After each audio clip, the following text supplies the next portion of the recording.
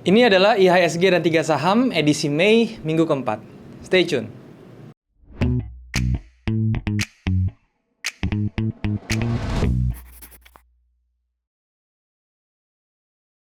Halo teman-teman, balik lagi sama gue Daryl di This is Daryl Channel. Dan hari ini kita masuk ke segmen IHSG dan 3 saham edisi bulan Mei di minggu keempat. Untuk ngomongin IHSG teman-teman ya, di minggu kemarin ya, di minggu ketiga kemarin itu IHSG pergerakannya nggak kemana-mana teman-teman ya, masih stuck di area situ-situ aja dalam range yang saya bilang juga. Dan tampaknya sideways-nya IHSG ini masih akan berlanjut ya untuk minggu keempat ini gitu ya. Dan tampaknya juga masih banyak saham-saham yang kemarin kita sudah bahas itu masih di situ-situ aja nilainya ya, masih bergerak di dalam range gitu ya. Jadi belum kena yang namanya take profit ya, SL-nya juga belum kena gitu ya. Jadi masih nggak terlalu bergerak lah marketnya ibaratnya. Dan juga karena kemarin hari Kamis dipotong libur juga ya, mungkin karena itu jadi marketnya juga geraknya jadi nggak maksimal gitu. Oke teman-teman, nah bagaimana untuk IHSG minggu ini dan juga saham-saham apa saja yang kira-kira bisa menarik untuk ditradingkan? Kita akan bahas di monitor teman-teman seperti biasa. Tetapi sebelum itu gue mau ngingetin teman-teman ya, apa yang gue sharing hari ini, informasi-informasi dan juga saham-saham yang gue sebut di video kali ini tuh jangan ditelan mentah-mentah ya. Jadi gue buat disclaimer kali ini, tolong diperhatikan dengan trading style teman-teman masing-masing dan juga trading plan teman-teman masing-masing gitu. Jadi jangan kalian telan mentah-mentah, jangan kalian anggap apa yang saya sharing ini sudah pasti terjadi, karena di dalam trading kita berhubungan dengan probabilitas. Oke teman-teman, nah tanpa berpanjang lebar sekarang kita langsung ke monitor aja teman-teman. Yuk kita ke monitor. Oke teman-teman, sekarang kita sudah ada di monitor ya, dan sekarang saya sudah ada di trading view, dan ini adalah chart dari indeks kita IHSG yang teman-teman bisa lihat di layar monitor. Untuk keadaan IHSG kemarin ya, minggu kemarin itu IHSG sempat naik tetapi di reject ya, dan dia sekarang bergeraknya di level-level itu aja ya. Dan untuk minggu depan ya, itu kita juga masih berekspektasi sama, jadi dia masih bergerak di range-nya IHSG dari yang merah atas ini sampai yang ke merah bawah, oke. Dan ada kemungkinan dia untuk tembus ke bawah teman-teman ya, dan dia berhenti di level sini nih, yang ungu ini 4.330-an ya. Tetapi tentu saja itu bukan hal yang kita inginkan. Kita ingin itu IHSG akan terus ke atas ya, tetapi untuk view saya ada kemungkinan dia akan break ke bawah. Oke. Nah, untuk sebelumnya juga di video kemarin saya sudah bahas beberapa saham gitu ya. Yang pertama itu saya bahas ada KLBF ya. KLB ini kemarin saya juga sudah bahas di video kemarin, dan KLB pun di sini kemarin dia sempat menyentuh entry kita dan dia sempat turun tetapi belum kena stop loss kita ya.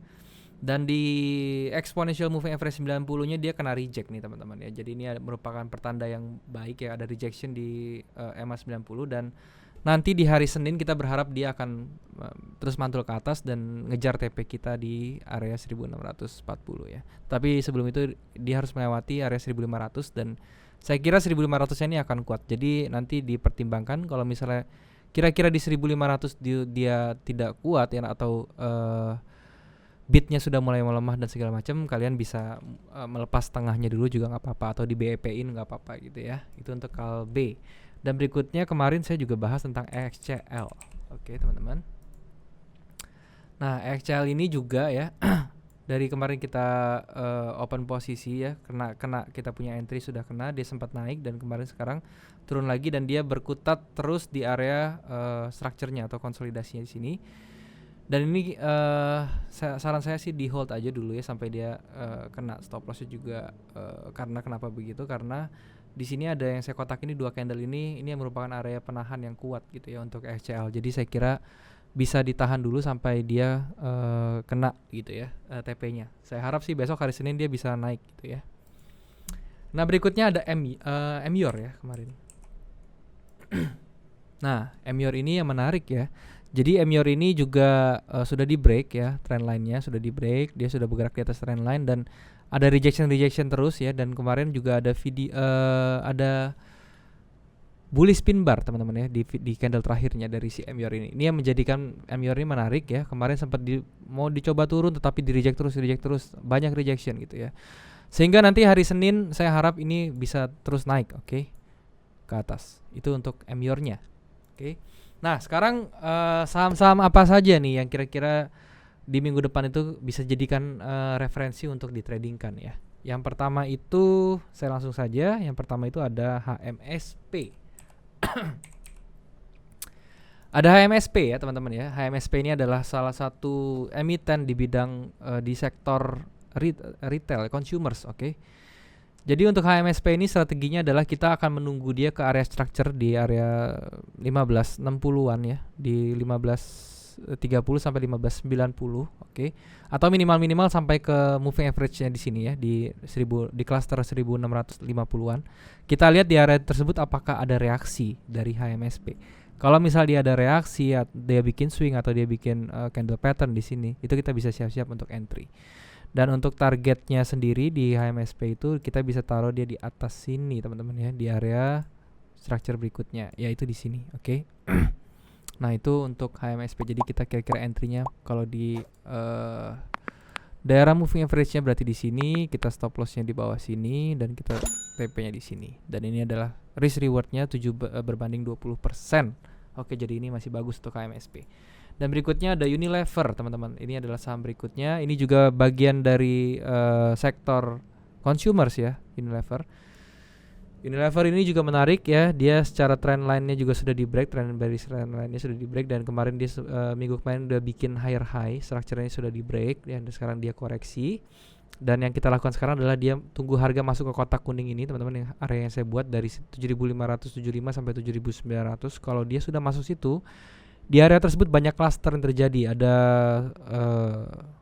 Fibo 38,2-nya gitu ya. Terus kemudian ada classic support resistance di sini gitu, dan juga ada trendline resistance yang di break yang sekarang jadi support. Itu clusternya jadi banyak. Dan kemungkinan besar dia akan bereaksi harga di sini. Jadi seperti biasa, kita pada saat harga bereaksi yang kita cari adalah swing ya teman-teman ya. Ketika dia bikin swing low di sini, kita bisa siap-siap untuk entry, oke. Itu untuk Unilever. Berikutnya ada Antam, teman-teman. Aneka tambang di sini Antam, ya. Dan untuk Antam ini juga ya, kita lihat dia harga sedang bikin konsolidasi kecil, dan secara Bollinger Band-nya dia juga sudah squeezing ya. Tandanya ini akan ada terjadi ledakan harga atau pergerakan harga yang cukup impulsif ke depannya, oke.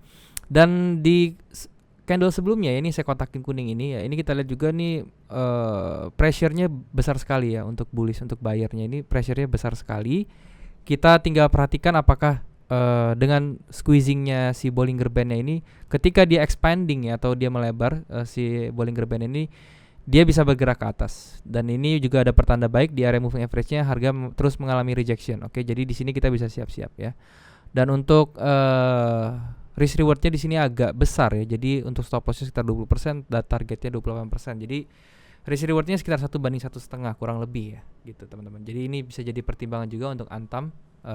Strategi juga bisa teman-teman pakai breakout juga ya. Ketika dia breakout dengan satu candle impulsif, kita bisa entry sehingga kita stop loss-nya cukup di bawah sini aja, nggak perlu sampai ke bawah banget gitu. Jadi risk reward-nya jadi bagus. Seperti itu ya teman-teman.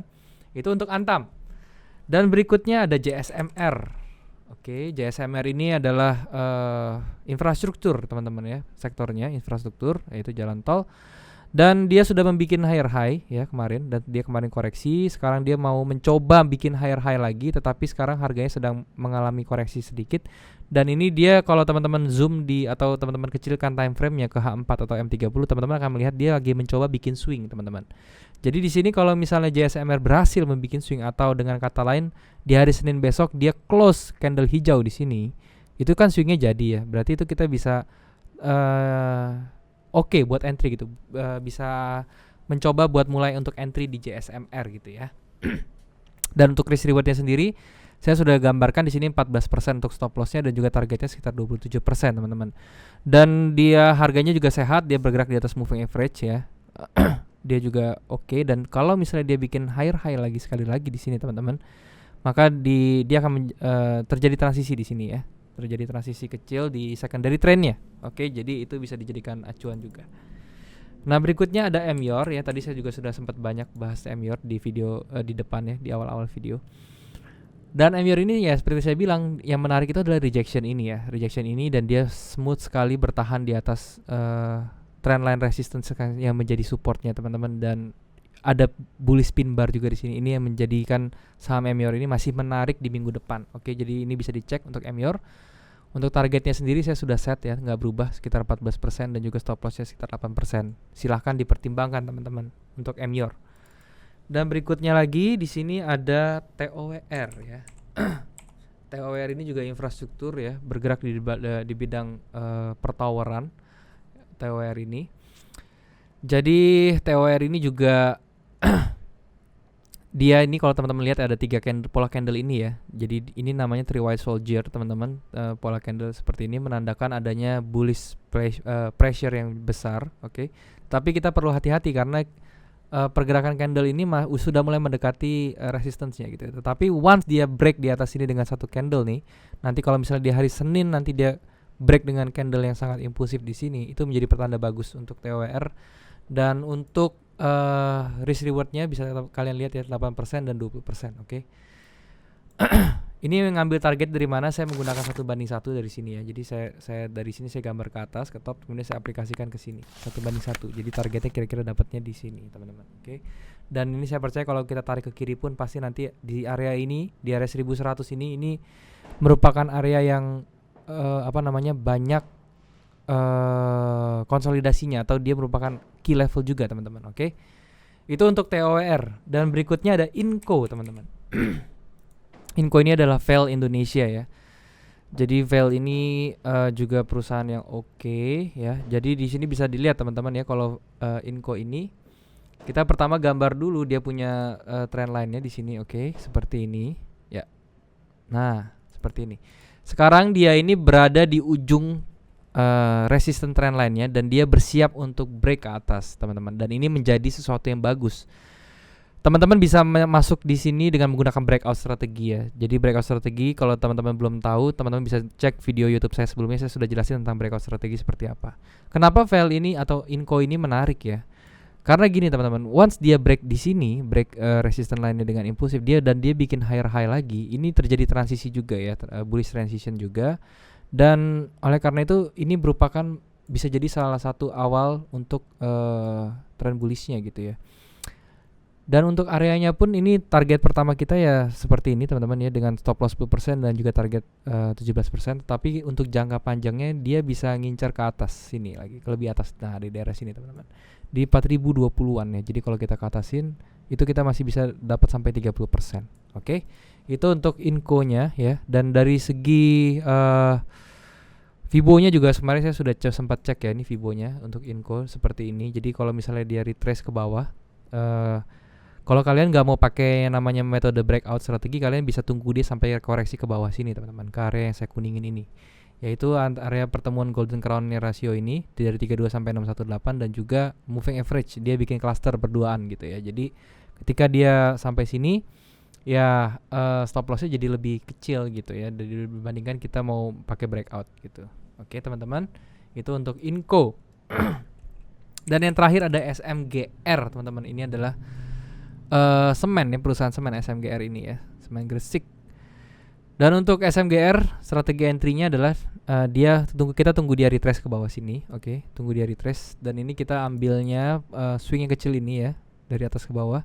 Dan kita lihat kalau misalnya dia sampai ke bawah sini, dia sudah kena ke area 618-nya aja nih, di bagian sini teman-teman ya, di bagian sini ya, ini 618-nya.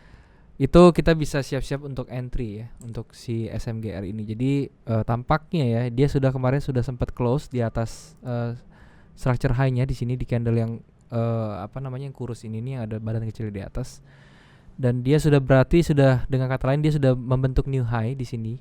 Tinggal kita tunggu dia pas dia turun ke bawah, baru kita siap-siap untuk entry. Kenapa ke area sini? Karena di sini juga kita lihat di sebelah kirinya ada konsolidasi kecil, dan ini juga merupakan area key level ya, di area 7575 ini area bagus untuk entry. Itu untuk SMGR. Dan risk rewardnya bisa teman-teman lihat ya di depan. Itu kita stop loss sekitar 10% kalau misalnya kita entry di area ini, dengan target kita sekitar 42%. Oke, dan 42%-nya saya ambil dari dia punya support yang di break dan menjadi resistance. Itu menjadi target saya di SMGR teman-teman. Oke, jadi itu dulu ya. Mungkin itu aja yang saya sharing hari ini. Dan saya mau ingetin lagi sekali lagi buat kalian yang nonton video ini, kalian jangan terlalu mentah-mentah. Apa yang saya sebutkan di sini, apa yang saya bilang di sini, kalian harus pertimbangkan dan pikirkan lagi ya. Dan sekalian saya bikin disclaimer untuk sekarang. Kalian sesuaikan dengan trading plan kalian sesuaikan dengan money management kalian agar bisa mencapai hasil yang maksimal ya. Jadi semua yang saya sampaikan di sini hanya berupa informasi kasar, oke? Informasi kasar ya teman-teman ya. Ya, mungkin itu aja sih. Semoga bisa membantu teman-teman semua yang mau trading saham di minggu depan, dan juga semoga apa yang saya sharing hari ini bisa menjadi referensi kalian untuk memilih saham-saham yang untuk ditradingkan di minggu depan. Ya, mungkin segitu dulu untuk sharing saya hari ini tentang di segmen IHSG dan 3 saham. Sekarang kita kembali ke kamera, teman-teman. Oke teman-teman, jadi itulah tentang IHSG pada minggu ini dan juga saham-saham yang kira-kira bisa teman-teman jadikan patokan dan juga referensi untuk ditradingkan dan juga disesuaikan dengan trading plan teman-teman ya.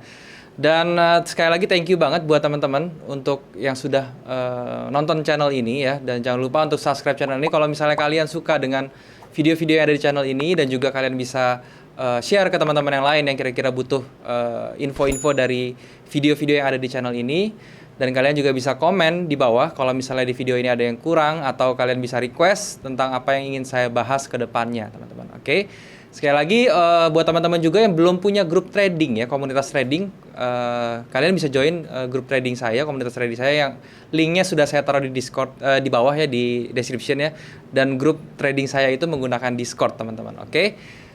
Mungkin segitu dulu ya video kali ini. Thank you sekali lagi buat kalian yang sudah menonton video ini.